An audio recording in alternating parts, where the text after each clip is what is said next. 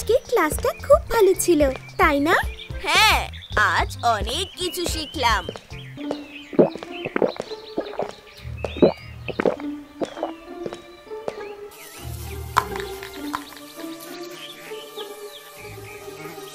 আরে, এ কি করলে তোমরা? এটা রাস্তায় ফেলছো কেন? রাস্তা ময়লা করছো কেন? তো কোথায় ফেলবো? রাস্তা তো আগে থেকেই ময়লা। রাস্তা আগে থেকে ময়লা বলেই কি রাস্তায় ময়লা ফেলতে হবে? তোমাদের সামনেই তো ডাস্টবিন। তোমার এত রাস্তা পরিষ্কার রাখার ইচ্ছা হলে একটা ঝাড়ু নিয়ে এসে রাস্তায় ঝাড়ু দাও। হ্যাঁ, যাও যাও, একটা ঝাড়ু নিয়ে এসো।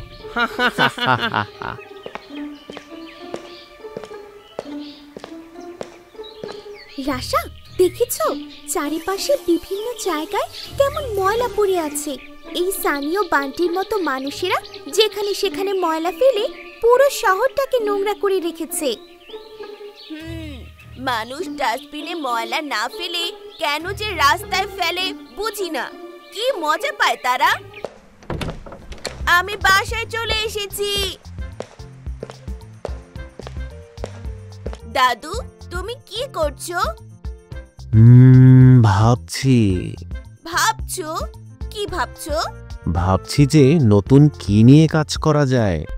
আমি তোমাকে একটা কাজের চ্যালেঞ্জ দিলে করবে দাদু? অবশ্যই করব, কেন নয়। কি কাজ বলো? সবাই রাস্তায় যেখানে সেখানে ময়লা ফেলে, কেউ ডাস্টবিন ইউজ করে না। এই সমস্যা কি কোনোভাবে সমাধান করা যায়? দারুণ টপিক।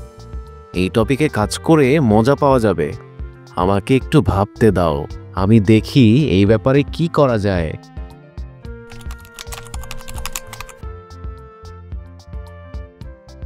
দেখো, সমস্যার সমাধান করে ফেলেছি।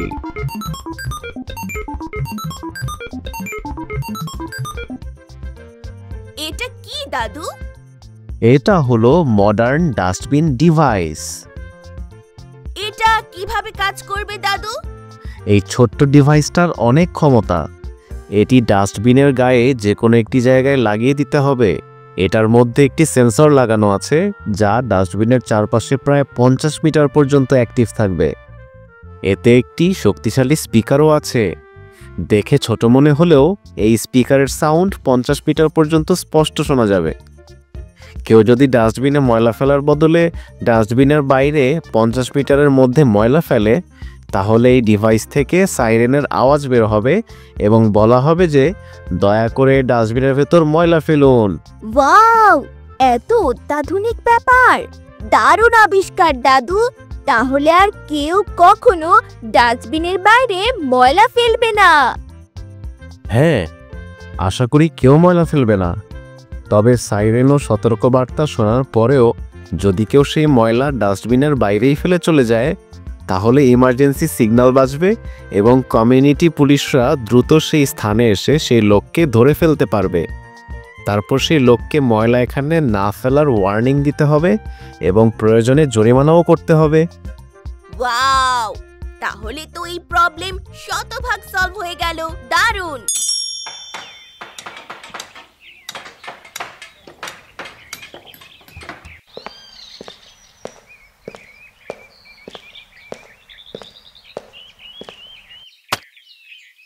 দয়া করে ডাস্টবিনের ভেতরে ময়লা ফেলুন। আমাকে ব্যবহার করার জন্য ধন্যবাদ।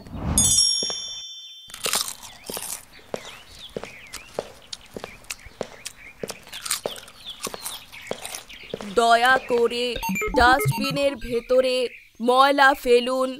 দয়া করে ডাস্টবিনের ভেতরে ময়লা ফেলুন। আমাকে ব্যবহার করার জন্য ধন্যবাদ।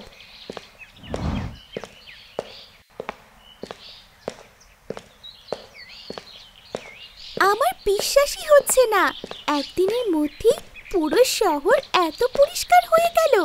কেউ বাইরে ময়লা ফেলছে না। তোমার দাদু কি অসাধারণ এক আবিষ্কার করেছে। হ্যাঁ, দাদু তো জিনিয়াস।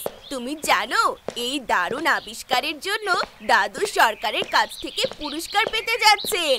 এটা তো দারুণ সংবাদ, খুব ভালো লাগছে শুনে।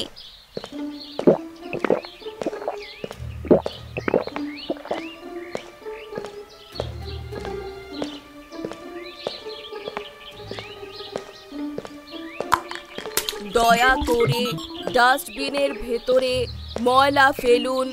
দয়া করে ডাস্টবিনের ভেতরে ময়লা ফেলুন। আরে এটা কি আমাদেরকে বলা হচ্ছে?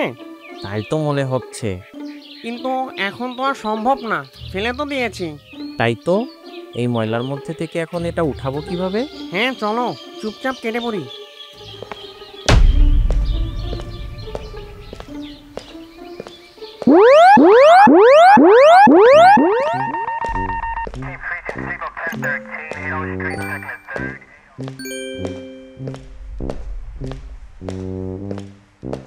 ওয়ার্নিং যাওয়ার পরেও তোমরা ময়লা উঠিয়ে ডাস্টবিনে ফেলোনি কেন?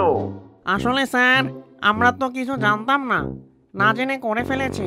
হ্যাঁ স্যার, আমারটা তো পড়েছে নদীর মধ্যে, আমিও তো উঠাতে পারবো না। এখন আর এই গাটার থেকে এই প্লাস্টিকের বোতল উঠাবো কিভাবে? এই প্লাস্টিক ড্রেইনের গাটার এবং নদীতে ছুঁড়ে ফেলার আগে মনে ছিল না? প্লাস্টিকের মতো জিনিস প্রকৃতির জন্য কত ভয়ঙ্কর তোমরা জানো না? এটা গাটারে গেলে গাটার আটকে যায়, নদীতে গেলে নদী দূষণ হয়। এগুলো তো পচনশীল না। তোমাদের এ সকল কর্মকাণ্ডের জন্য প্রকৃতির কত ক্ষতি হচ্ছে তোমরা বুঝতে পারছো?